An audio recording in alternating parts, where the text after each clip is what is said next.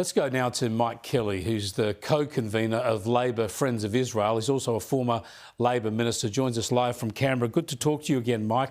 I've got to get your reaction to former Labor Foreign Minister Bob Carr, who says that Israel is using mass starvation as a weapon of war and says that Israeli soldiers are deliberately shooting young people turning up at aid centres. What's your reaction?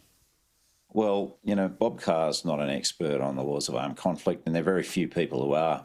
And it drives me crazy to hear people give these opinions all the time when this is a very specialised area of the law, and it requires a lot of knowledge of not just what's written in a convention, but all the work that goes into that, the preparatory work, is the requirement that you have to refer to interpret the law. Then there's a shed load of jurisprudence, but most importantly, you have to go to state practice, and that means you've got to do a survey of every military manual in the world, effectively. And the ICRC did that, and they produced a 4,000-page book to cover that. So none of these people have read any of this. None of them have had to do it in practice.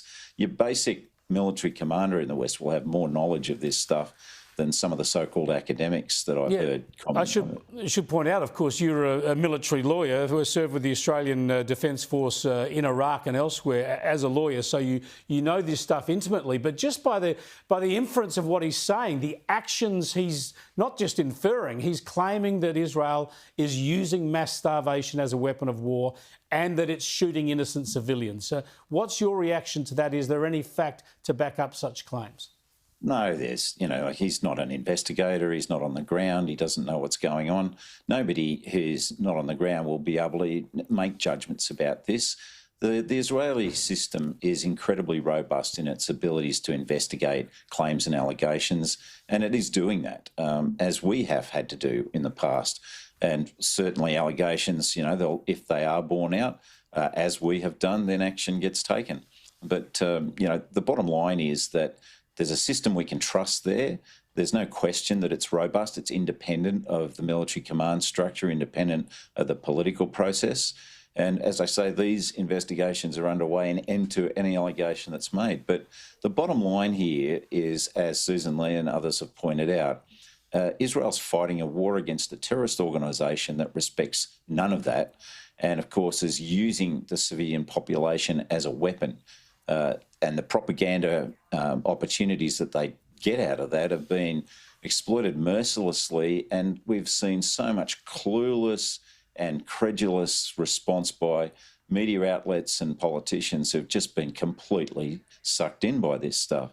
And the bottom line is that the Hamas organisation, because it had its line of revenue choked off from Iran and from Qatar, adopted its approach of its new business model of looting and stealing food supplies to glean revenue from the black market, to reward its terrorist operators with the food and money from that operation.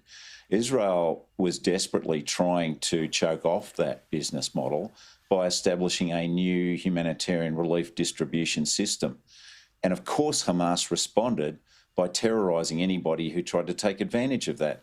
There's plenty of footage around that will demonstrate that. They're the ones who've been shooting their own people, stripping them naked, stealing their food whenever they attempt to use these distribution points.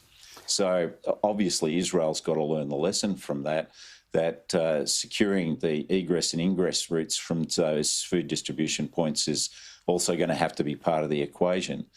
But in addition, you've had UN agencies and relief organisations not wanting to cooperate with security regimes that the IDF wants to put in place to make sure that they're safe, to make sure that the people get the food, and to make sure that Hamas is not facilitated and amplified by their work. Mike, what you've just outlined there is so clear, it is so true, it's publicly available information from those people who want to dig and look at it, but obviously it comes with your expert insight as not only a former military person, but as a former military lawyer and one who has worked and operated in the Middle East. Yet we see your own Labor Party colleagues seemingly going with the propaganda. Anthony Albanese says it's beyond belief that anybody would not believe there's starvation in Gaza. And just an hour or so ago on this very station, the Education Minister, Jason Clare, had this to say. Kids are dying. Look at the picture of that little boy on the front page of newspapers this week. Remember what it was like when we were kids and we saw kids starving to death in Africa and how the world responded. The world needs to respond here to plenty of food in Israel, there's plenty of medicine in Israel, there's plenty of trucks to get it in to Gaza, get the food in, get the medicine in, stop the starvation and stop the killing of innocent people. Mike Kelly, is the Albanese Labor government speaking truth, or is it just amplifying Hamas propaganda? It's the most ridiculous statement I've ever seen. I could show you imagery from the combat operations that the ADF were involved in the siege of Mosul between October 2016 and July 2017, where exactly the same situation occurs in an armed conflict where you've got an organisation like ISIS or Hamas under siege in an environment where they're using the civilians as shields. We flattened 40,000 buildings, 47 mosques and compromised hospitals included, and about 10,000 civilians were killed. All these same dynamics at play in an urban war, and this is what warfare looks like. It's horrifying, and we should be distressed by it. That's why you don't start them in the first place. And let's understand that it was not only Hamas that started this war, but obviously Iran, who pulls all the strings in this proxy world they've created. They're guilty of starting a war of aggression. But when it comes to this judging the situation of the children and the famine that's been alleged, we have to understand that there's an organisation that actually does that classification. It's the Integrated Food Phase Security Classification, the IPC. And so they have 5 phases that they use to describe hunger situations or food distribution situations, and they have not classified this situation as a famine.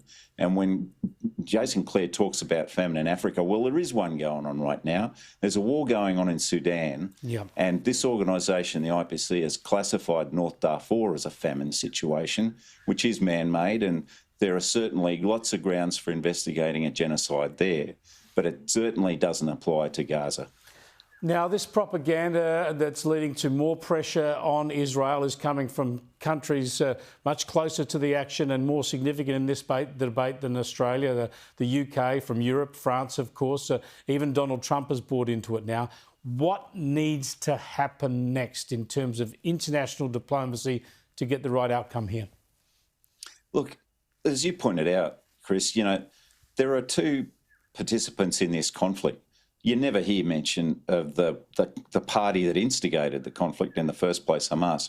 We need a full court press by the international community to ignore this propaganda circus that we've seen from Hamas and say, look, you have to lay down your arms, release the hostages. Then, of course, the war ends as we're speaking, Chris.